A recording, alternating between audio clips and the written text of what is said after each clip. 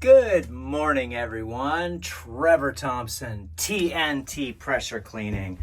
Dynamite service with explosive results. We are at a home today, and what I want to show you guys is the equipment that I use to do roof soft washing and pool enclosure or pool cage cleaning, and so that you can get an idea of how the setup looks, so on and so forth. So come take a quick walk with me and I'll show you what we're using. Make sure you guys have some form of a hand truck. Sorry about yelling. I gotta take these earplugs out a little bit. Make sure you guys have some form of a hand truck if you are transporting your sodium hypochlorite. Because instead of carrying 2 of these, or if they're only 2 gallons a piece, carrying 4 of these, you can load them up on here. You can put 6 of them on there, and you can and transport them to the location that you need. That is the downside of doing things completely mobile, as opposed to having, a smart stream, or having yourself a proportioner, a dual blend manifold, something like that, where you could literally pull from the rig itself. Being completely mobile, there's a lot more labor included in the job. So the upside is you don't have any issues. You're never having any issues whatsoever. The XJet is flawless. I did speak to a guy, I believe he was up in Canada the other day, and he had his clog up. He's taken it apart, and we're waiting to hear some feedback. But I've been using them for years and years and years and years. I've been using the XJet probably since 2017, 2018, something like that, and I've never had an issue. You will lose width in the fan, so your fan is going to decrease in its size. So instead of shooting a nice, 50-degree path or 40-degree path, probably a 50, more like a 50. They say 60, but I don't think it is. It'll narrow up a little bit, and that's because you're boring out that hole from water pressure. So they lose a little bit of that, but other than that, and they begin to mist out over time as well. So it's not something that's, you're going to be able to keep for 5 years. It's something that you're going to have to continue to put effort into. Good morning. How are you? So if you want to take a quick walk with me, what I'm going to show you is some of the algae that's up on the roof. I'm going to turn you around really quickly here. And you're going to see we have a lot of roses, plants, different types of bushes. So we've laid out 100 feet of the flagzilla, and that's going to be ground guy work, which is me. So we're going to make sure that all of these plants are nice and wet. Now, what I want to show you really quickly is, we're not doing a house wash, but this is a valued customer, and all the customers are valued. So you can see what that flashing looks like on there. So why not touch that up? Why not make that nice, bright and white? You can see all the debris that's up onto the roof. You can see the aging of the shingle, in addition to a lot of organic matter that's up there. Mildew, Gloeocapsa magma, and Gloeocapsa magma runs rampant in this neighborhood. It's an ancient line of cyanobacteria that travels from roof to roof. It attaches itself via root structure and feeds off the limestone granule. So I'm going to turn you around really quickly and just show you once again, sort of what that flashing looks like. So I don't want to leave this house with that flashing looking like that. And we're not here to do a house wash. You can simply knock that off very easily with water and make that look pretty. Now, you're not going to kill the algae, but you're going to knock the dirt and grime off, and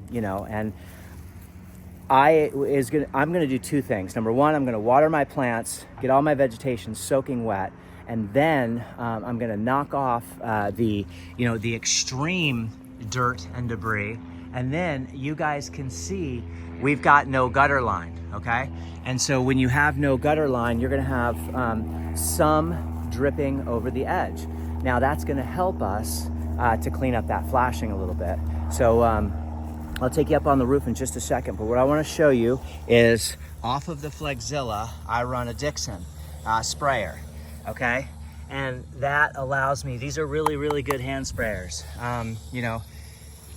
and there's tons of hand sprayers out there. This particular one has been bulletproof throughout the years, and it really has some good strong power to it, as well as misting capabilities and all the other different flows that I would need to do a job. Not to mention the fact that it hangs off the ladder really nicely. So we're going to bring 100 feet of supply over onto the roof, but first we're going to get all our vegetation nice and wet, and then I'm going to turn you around really quickly here, and as you can see, we've got the X-Jet. Off of the X-Jet is a reducer, okay? Then with your male fitting. Now that goes right onto the end of the DN10, okay? So there is no lance, there is no gun, okay? And I've got about a 40 foot in dead, we have no winds right now, so I can reach about 40 feet with that narrowed out to the smallest stream. We've run 150 feet of high pressure hose. And then we are running the North Star machine here. This is basically a soft wash system. If you guys can see that, it runs off a deep cycle marine battery. It's got its own little meter here. I don't trust these meters though, so I run a trickle charger on it every time because it always says it's full and I don't believe it. And then basically you have your pump system here. Now, instead of blowing a pressure switch and having to replace the whole pump, these come with cartridges, so you can replace this entire cartridge. This entire white housing comes off and you can replace that. So instead of spending $160 on a whole new pump, you can replace these cartridges, and that generally does the trick. You guys can see how I plumbed the system so that I took off the 7/8 and put the 5/8 water, and it's just really simple. Just a really simple connection to connection, and then a little tie there, and it's just bulletproof. So there you go. There is the pump. That's the wiring mount, and then that's 100 feet. So from this machine, there's 100 feet instead of the 75 foot of the 7/8 poly braided, which gets really unwieldy. Now, Flexzilla also binds up and twists and does its own thing, dances around on you. So there isn't just a happy thing going on out there. We'll run about a 6% solution. I fill this up probably about 9.5, 10 gallons of water, and then 9.5, 10 gallons of sodium hypochlorite, and then the rest is water and then surfactant. And I use about a quarter cup every 5 gallons, but because I'm doing a roof wash, I'm going to really lighten that up. So my surfactant is just going to be probably about an 1/8 of a cup or less per 5 gallons. So probably a quarter cup altogether, not even, because I don't like a ton of soap up there. We are expected rains in the next couple of days, so this will be a non-rinse. We'll allow the chemicals to sort of do its thing, and the rains will rinse that down. Now, if I'm finding that I still have a lot of black, I may go for a rinse. It's going to be one of those things where you got to get into it to see, you know what I mean, and that type of thing. So we do not want to, because there's no gutter line, we don't want to dump a bunch of chems down onto the plants and risk any type of burning of the plants. So we want to make sure that those are watered before, during, and after. And if I were to, I'm going to be putting close to probably 40 gallons up here on this roof, could be a little bit more. If I were to rinse that off in a half an hour, it would just be, it hadn't really reached its maximum time to decrease in strength, and I would be putting a lot of chems down onto the ground, which we don't need. We want the chems to stay onto the shingle and sort of do their thing, and then they will degrade over time, and we'll be good to go. I used to rinse all the time. Asphalt shingles, I don't rinse so much anymore. Metal, always rinse. Barrel tile, you have no choice because you've got lips. TPO, we always rinse. We don't leave chems up there. So there's different roofs for different things, pitches, gutter lines, all that type of thing. I'm gonna turn you around really quickly, show you the Schedule 80 that we've put on here. So this is the gun that we use, and once again, same thing, you're gonna have to get a fitting for here so that you can reduce that down from the 7/8 configuration down to the 5/8, and then just a standard cable tie will work just fine. This is the ST 510, and really nice gun. So you guys can see what that looks like. I keep it on the lock mode while I'm climbing up so it doesn't squirt out. And then you guys can find these anywhere. It's an adjustable nozzle that will allow you to get a nice spray. So we've got the machine, 4 gallon a minute, 4,200 PSI, GX390 set up. It's a belt driven machine, runs off a 13 horse nickel plated AR pump, and really nice unit. This will be used to do the pool enclosure and then whatever dusting we need to do. I forgot to mention the fact that when you guys arrive to a place, you want to make the place pristine and look really, really good. I know you're not a landscaper, but you know what? You already have your blower out. So there's your blower, right? We're gonna jump up on the roof and have to dust all that stuff off. So why not get all of this stuff off the driveway? Just get it off the driveway. And that way the driveway is nice and pretty. You can see all the sticks and collection. We've got some giant oaks, okay? And so those attribute to a lot of what's going on here. We're actually in a development that is named after oak trees. So this once was a golf course community that has a lot of oaks. But anyway, I'm gonna bring you around here and show you what we're gonna be shooting our solution out of, which is a 55-gallon poly tank. And in that, we've got sodium hypochlorite, and we've got our Green Goddess surfactant. We've got 100 feet of 3/8 polybraided hose, and that's going to siphon chemical out so that we can make that deck brilliant, make that mortar pop, and kill any algae that's around, and just make things really shine. We do have a lot of oxidation on the cage. We have a very older cage. You guys can clearly see that. You can see what we got going on there. And but off of your XJet system, guys, comes a screen, and this would have a screen on top of it normally. This is just a regular 3/8 barb with that screen plunger. This will sink all the way to the bottom, and it leaves room to suck. So it never sucks up against the side. You get every last little drop out of here. This I bought from Uline. You guys can see that this is a Uline hand truck. See if we can get that in there for you guys. There you go. That's your Uline hand truck. This is rated for 900 pounds, and that Uline hand truck is a beast. It's really great. Don't go with inflatable tires. Go with these guys, because they never go flat. And yes, they don't ride as good, but they are solid. And nothing worse than getting to a job and having flat tires, you know, or having a flat tire on a job. Now, before I get this deck all soaking wet and just blow everything around, I am going to get all of this type of stuff out with my blower, okay? Because otherwise you're gonna have an absolute mess. And that's really common throughout the entire cage. So open up both those screen doors and use your blower to get all that stuff out of there. You can just see it's caked up all the way around. If I take you over here, you can see against the sides, you know, and your inclination is to want to, you know, come in here and just start pushing everything with water. But by the time you get your buildup over here, which is very little flow, you're gonna fill up with water and you're gonna have nowhere to go. So, because this will build up through here. So you wanna make sure to blow out all of your dry debris first. And then wait till we get up on the roof. Can you see what that tree is dropping?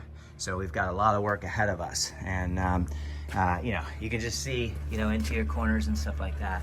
Now, ideally, you would like everything off of the deck. You would like everything gone, you know, get all this stuff out of here. But probably 6 times out of 10, that's not the case. And you're gonna have to work around things. You know, for instance, there's just no way you can lift this guy up. He's solid. You could use your hand truck and get that guy off of there, but you run a risk of damage. You guys can see the buildup of pollen. So you know that the oaks are dropping. You see that pollen on that table, so we'll make that table look really nice, the deck look really nice. And you can see up here, this is called a super gutter. You can see that line of just leaves up there. So we're gonna take a quick walk up on the roof, and I'm gonna show you guys what we're up against this morning. And then we'll cut this video short, and then we'll make another video and we'll do a little walkthrough and let you see. A lot of people, not a lot of people, but I've had 2 people that have written in that have said, all talk, no action. This isn't about showing you guys how to do the work. You're gonna have to figure out how these things work through your own time and experience. What I'm doing is giving you a conversation for your head as to how to get started, how to lay out, you know, how to prep. I'm a one-man show. And so I don't have someone holding a video camera for me as I spray. That's not the hard part. The hard part is the chess match. How do I set up? Where do I set up? How do I go about things? to make things efficient and effective for yourself. So I'm gonna turn you around, let you see what the roof looks like. Full drip edge, no gutter line. You can see your mildew in through here. You can see how things look over here. And then I'm gonna take you to my nightmare, which is going to be over here. Just get your shovel, you know? You're gonna need a shovel because that is thick. I mean thick, thick. See what I mean, guys? Wow. Can you say nightmare? Yeah, for sure. All right, guys, I'm gonna end the video.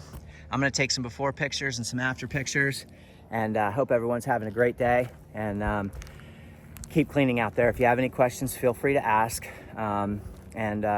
You know, any of the comments, you know, if you don't like, you don't have to watch something that you don't like, and nor make a comment that is rude. I've got thick skin, it doesn't bother me, but I just think that it's, you know, there's a ton of stuff on YouTube that is completely useful and completely useless. So if this is useless to you, this doesn't help you, then move on. Watch the next video. Take care, have a great day, everyone, and until the next time, I'm gonna shoot an after video. That way you guys can see what that Northstar machine is capable of doing, and you can see all the equipment that I showed you, how the results should look when you're finished. It's not that hard, but it takes time to learn the technique, and it takes time to learn your dwell times, your dilution rates, and just how to go about things effectively and efficiently, so that you're protecting yourself and, most importantly, the investment that's someone else's that you're on top of. So you really want to make sure that that's in the forefront of your mind, protection, you know, and maintaining the integrity, instead of getting up here with a high pressure tip and a bunch of bleach and soap and blasting the heck out of these limestone granules with a high pressure machine. Invest in a soft wash unit. It can be something inexpensive like that. It doesn't have to be some fancy system. Fancy systems are great, but if you want to dig yourself in the hole, $25,000, $20,000, $18,000, and then not have the work to come in to supplement to pay for that, you're going to be in a world of trouble. So make sure you have the work before you go out there and make those large investments. And then I like to start small and build my way up. I've worked with a lot of fancy equipment, it is really awesome, you know, that would be great. But because I'm a one-man show, I work 3 to 4 days a week, and I'm able to feed my family, and I'm able to pay bills, and I'm able to live very comfortably. So you know, 5 days a week is just a little much, especially when you're out here, you know, for a lot of hours. And, you know, sometimes I'll do 2 or 3 driveways. Sometimes I'll do, you know, multiple jobs, but I really only book 1 job per day, and I spend my time on there. If it's something small, then I don't mind going over and knocking out a driveway after doing a house wash. But I'm not out here to do 5 house washes in a day. It's just not my thing. Maybe as I get older and I get less able in regards to the labor, perhaps I'll hire a team and branch out and create a business that is successful in that regards. But right now, owner operated, and that way all my customers are really, really happy because I do a phenomenal job, and I preserve their homes year after year, and they just really seem to like what they get in regards to that service. So I'm very happy about that, and that makes me happy that I'm able to get those calls year after year. So do a great job out there. Take care. Trevor Thompson, TNT Pressure Cleaning. Dynamite service with explosive result. God bless America, guys.